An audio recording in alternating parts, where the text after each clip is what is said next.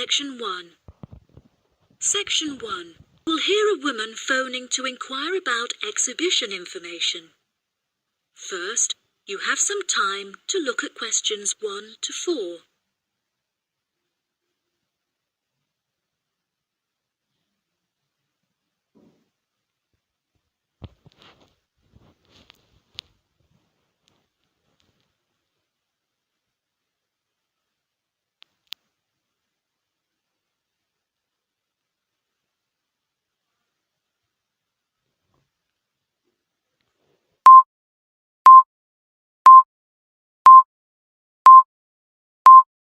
Listen carefully and answer questions 1 to 4.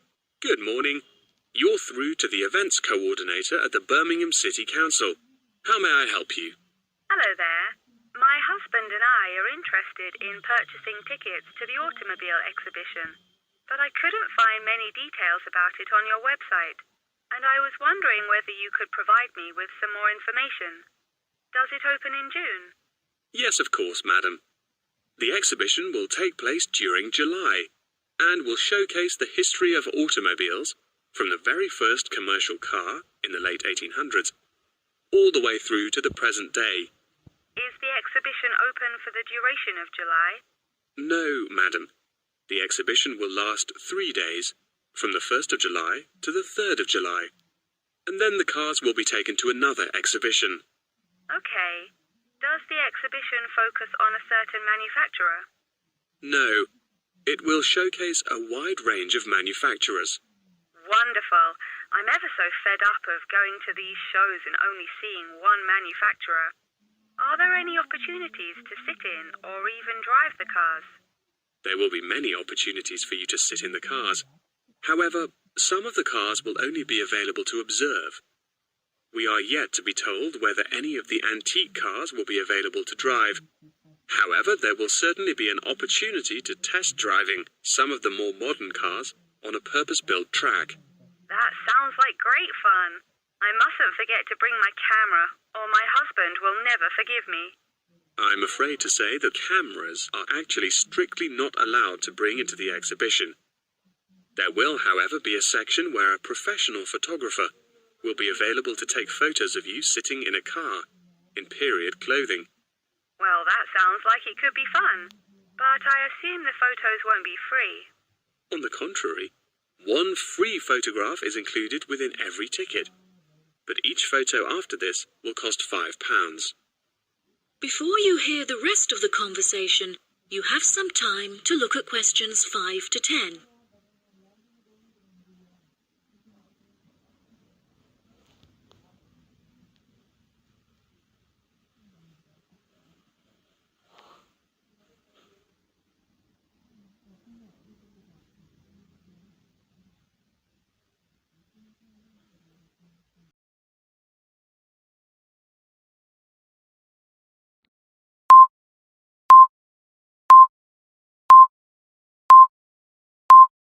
Now listen and answer questions 5 to 10. That's a nice surprise. Not many things are free anymore. I've been asking around about the ticket prices, but I haven't yet had a definite answer. Is it correct that the tickets are £100, whether you buy them now or on arrival? I'm afraid not. If you buy the ticket in advance, the price is £110, but it's £165 on the door. Oh, goodness. I suppose I'd best pay for them now then. Is it possible to buy tickets from you now over the phone? Yes, of course, madam. I'll transfer you to the box office manager, Mark Edgeworth. That's EDGEWORTH.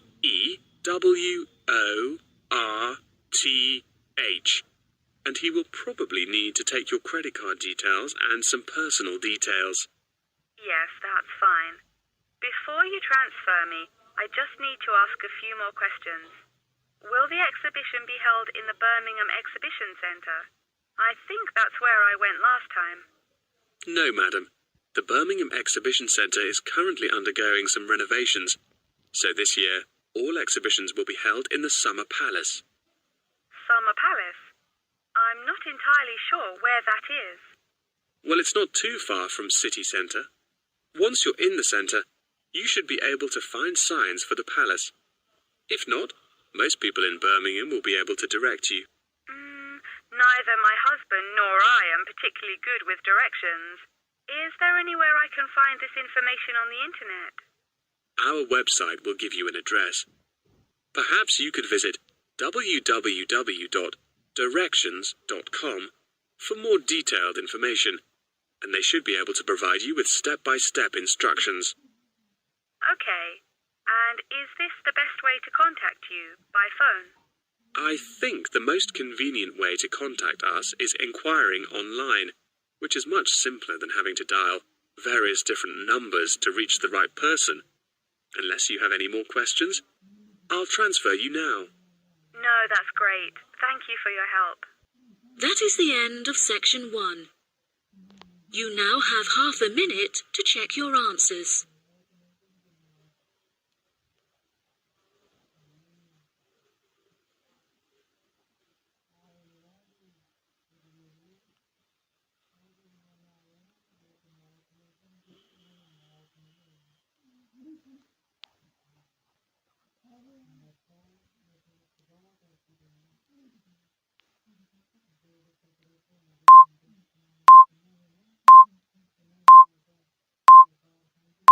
Now turn to section 2. Section 2. You will hear part of a talk given by a member of staff at a hospital. First, you have some time to look at questions 11 to 15.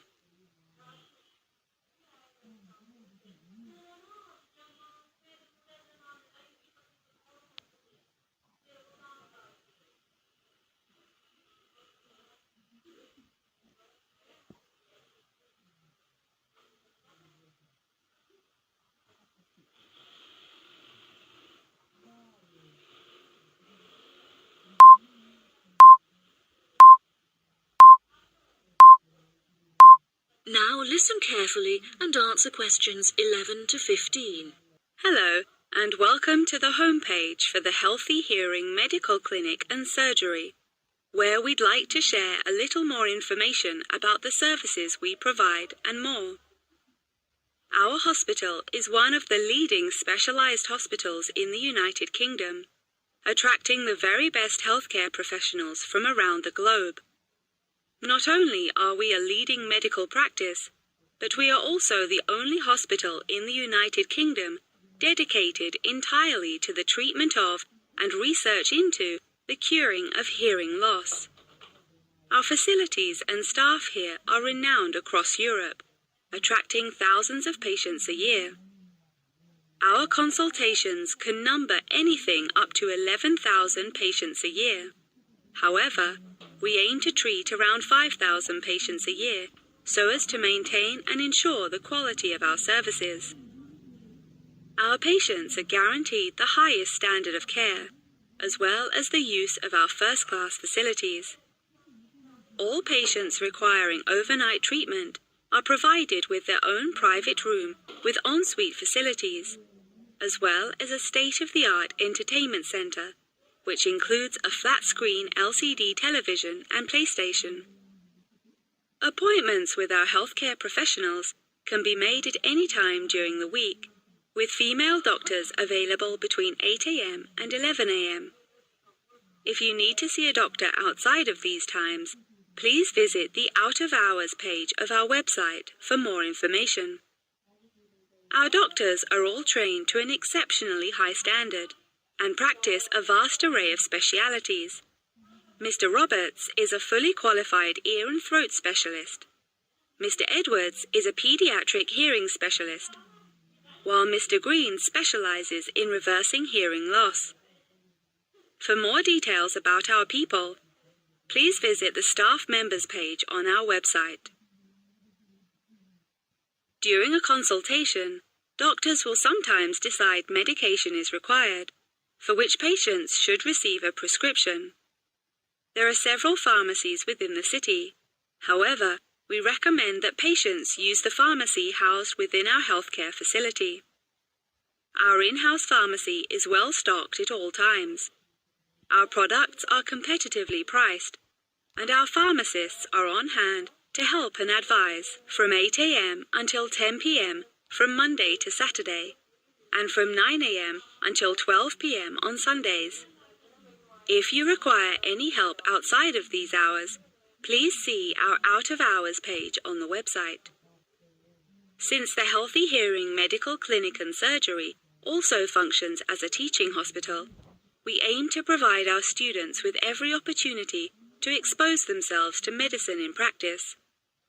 Therefore, we would like to encourage our patients to give their consent for a medical student to attend their consultations.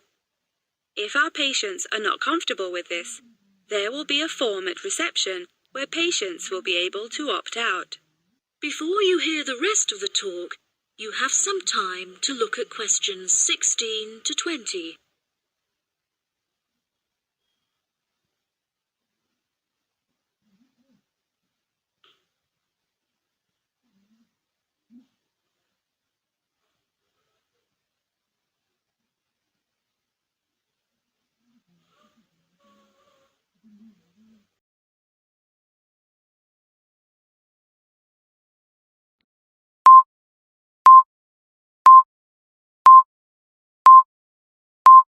Now listen and answer questions 16 to 20. Now, please look at the map I've given you of the Healthy Hearing Medical Clinic and Surgery. For those not familiar with our practice, reception can be found through the main door at the end of the corridor. If your consultation is booked with Mr. Green, you need to go through the main door and turn right by the nurse's desk, and his office is at the end of the corridor on your left-hand side. If you need to alter any of your personal details, please visit our secretary at the Office for Medical Records, which you will find next to the therapy room. If you're awaiting surgery, please first check in with reception before taking the first door on the right after you enter the clinic. Finally, in the event that you feel disappointed with any of the services we have provided, or have any further questions, please locate our manager's office, which can be found near the Office for Medical Records and between two closets. If you have any more questions about the Healthy Hearing Medical Clinic and Surgery, please do not hesitate to contact us on 01256 111 111. That is the end of section 2. You now have half a minute to check your answers.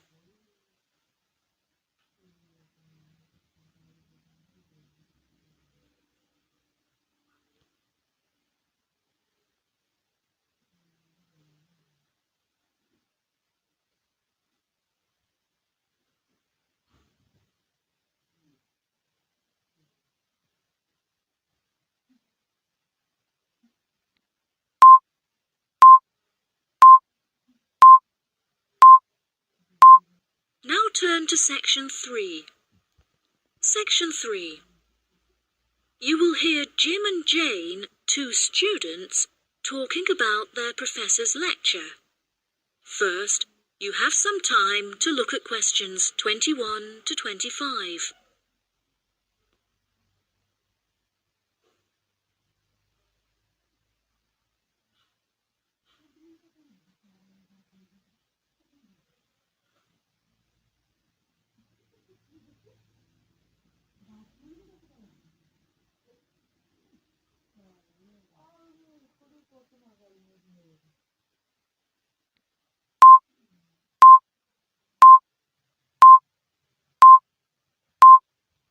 Now listen carefully and answer questions 21 to 25. Jane, what did you think of Professor Morgan's lecture? I don't know about you, but I find it incredibly difficult to believe that light influences the environment as much as he says. I've never seen any journal articles, websites, or anything that verifies his arguments. It's stupid. On the contrary, I've seen a great deal of research supporting his argument from a wide range of renowned scientists. Have you looked at the recommended textbook listed on the course outline given to us at the beginning of the semester? All the information is in there. Perhaps you've just been looking in the wrong places. I never look at the course outlines. I have so many loose sheets of paper I tend to lose anything I'm given by the end of the day. What's the textbook they recommend? And where can I get it from? I should probably go buy it soon. I'm already behind in the course. Yeah, you definitely should buy it. And our grades are more important this year. It's called The Influence of Light on the Environment. You should be able to find it in the bookshop on campus. If not, they'll order it within 2 weeks. In the meantime, you should read up on Ken Simpson's work. He argues that in order to protect natural habitats, governments should endeavour to turn off lights in cities at night. Well, that's controversial. I doubt any government would be willing to do that any time soon. I imagine roads would become quite dangerous without street lighting. For this issue, Dave Kepler suggests they could just replace the existing lights with more environmentally friendly bulbs. They could even install solar-powered lights. That way, roads will be more eco-friendly while maintaining safety. Although I guess they wouldn't be particularly effective in colder countries, especially during the winter. That's quite a good idea, actually. The price of solar power is supposed to be on par with electricity within the next few decades, and it was on the news this morning. I've also heard that, according to Sharon Gray, in countries with more sunlight, insect-eating animals tend to be smaller in size. Since there are fewer insects, and the remaining insects produced a smaller number of eggs. Yeah, I think I read somewhere that sunlight also has a negative effect on the quality of water, but I'm not sure I believe it. In many hot countries, particularly developing countries, there is a lot of water pollution caused by factories rather than sunlight. Nevertheless, Maria Jackson says that in direct sunlight, the surface of the water becomes more translucent. Therefore, it affects the amount of sunlight that aquatic insects can absorb. Not much research has been undertaken to prove Jackson's theory, but it seems to have been widely accepted anyway. I've never heard of that. I'll have to look it up on Google. The only other theory I've studied is Barbara Swallow's study on how declined insect population adversely affects the frog population. Not that I'm complaining. I hate insects, especially spiders. You have arachnophobia? I never would have guessed. Didn't your brother have a pet black widow spider? Yes, he did, and I hated it. It escaped from its cage once, and we never found it. I had nightmares for months. Before you hear the rest of the conversation, you have some time to look at questions 26 to 30.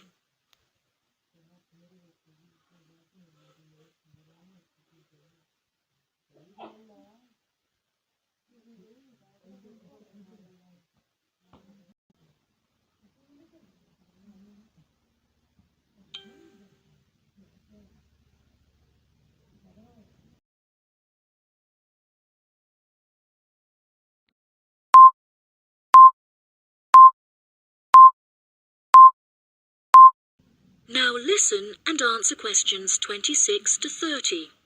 Okay, now I'm getting goosebumps. Let's change the subject.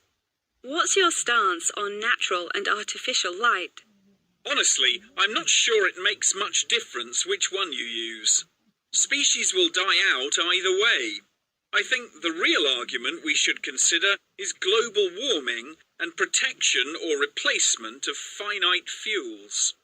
Solar power provides us with an incredible opportunity to replace electricity, and governments should definitely increase spending on research in this field. The theories discussed in our lectures, like Simpson's and Gray's, are so vague and lack proof, so I don't understand why we even study them. I see what you mean. I don't like learning unsupported theories for exams, and I'd rather spend my time learning something else. For example, I'd be much more interested in studying the animals in safari parks than researching migratory birds, particularly the effect of tourists on the quality of life of animals. As we know, Every year, thousands of visitors will drive in their own vehicles or ride in vehicles provided by the facility to observe freely roaming animals. Yeah, that would be really interesting. Especially those animals living in more tropical countries like Borneo. Following on from that, I want to study how bringing animals over from foreign countries to put in our zoos affects their life expectancy. For example, do you remember when China sent pandas to Edinburgh Zoo? Apparently, one of the pandas became depressed, but it was never explained why. To me, obviously, you can't take an animal out of its natural habitat and put it in a cage on the other side of the world. It just doesn't work. That is the end of section 3. You now have half a minute to check your answers.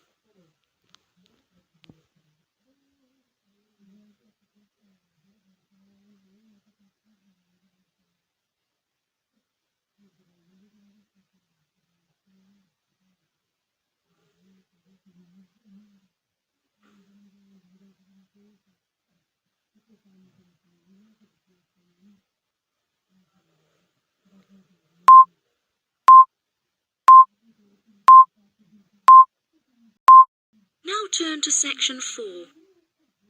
Section 4. You will hear a talk on the history of football in Great Britain in the 19th century. First, you have some time to look at questions 31 to 40.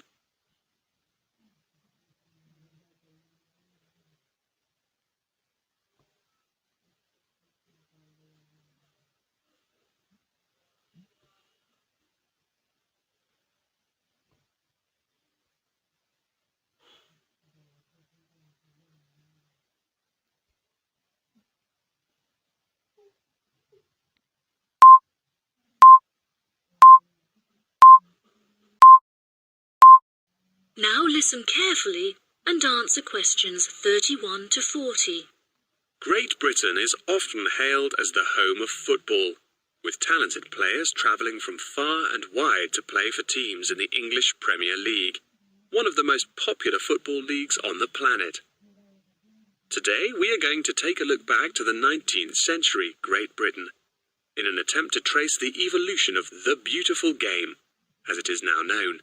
Prior to the 19th century, the game featured a wide variety of local and regional adaptations, which were later smartened up and made more uniform to create our modern-day sports of association football, rugby football, and Ireland's Gaelic football. Even up to the mid-19th century, Shrovetide football, or mob football, was still widely practiced. According to the rules of mob football, there were no rules. A player could legally use any means whatsoever to obtain the ball, such as kicking, punching, biting, and gouging, with the only exceptions being murder and manslaughter. These games may be regarded as the ancestors of modern codes of football, and by comparison with later models of football, they were chaotic and had few cooperation. Towards the latter end of the 19th century, and moving into the early part of the 20th century, however, there appeared a newfound emphasis on moral values in football. Perhaps a more modern example of this can be seen in John Terry's suspension as England captain, following reports of his infidelity to his wife. Furthermore, as mob football died away, there grew a greater concern for players' health and general well-being, with many clubs affording their top players access to frequent medical checkups and treatment. Despite the presence of Great Britain's unique state-funded National Health Service, football clubs are still seen today, providing team members with state-of-the-art healthcare facilities, with the top clubs even housing their own specialist doctors and physicians. Today, football is a key feature of school children's day-to-day education, particularly for boys. With the help of football associations, all schools in the UK are boasting their own football teams. This mainly comes as a result of pressure put on schools and the government by concerned parents. who felt that football education taught their children valuable lessons and indeed vital life skills, such as teamwork and a drive to succeed.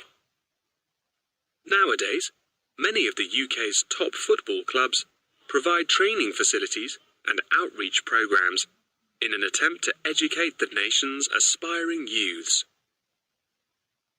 As I previously mentioned, it was only during the 19th century that football in its uniform concept truly began to emerge, with footballers previously playing according to their own versions of the rules. However, it was not until the early 20th century that different players actually began to play according to these standardized rules. Prior to the 19th century, football was played by all the major English public schools, including the likes of Eton College, Winchester College, and Harrow.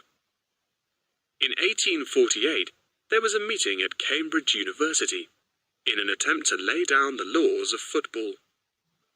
Present at the meeting were representatives of each of these major public schools, whom each brought a copy of the rules. Your school's rules of football.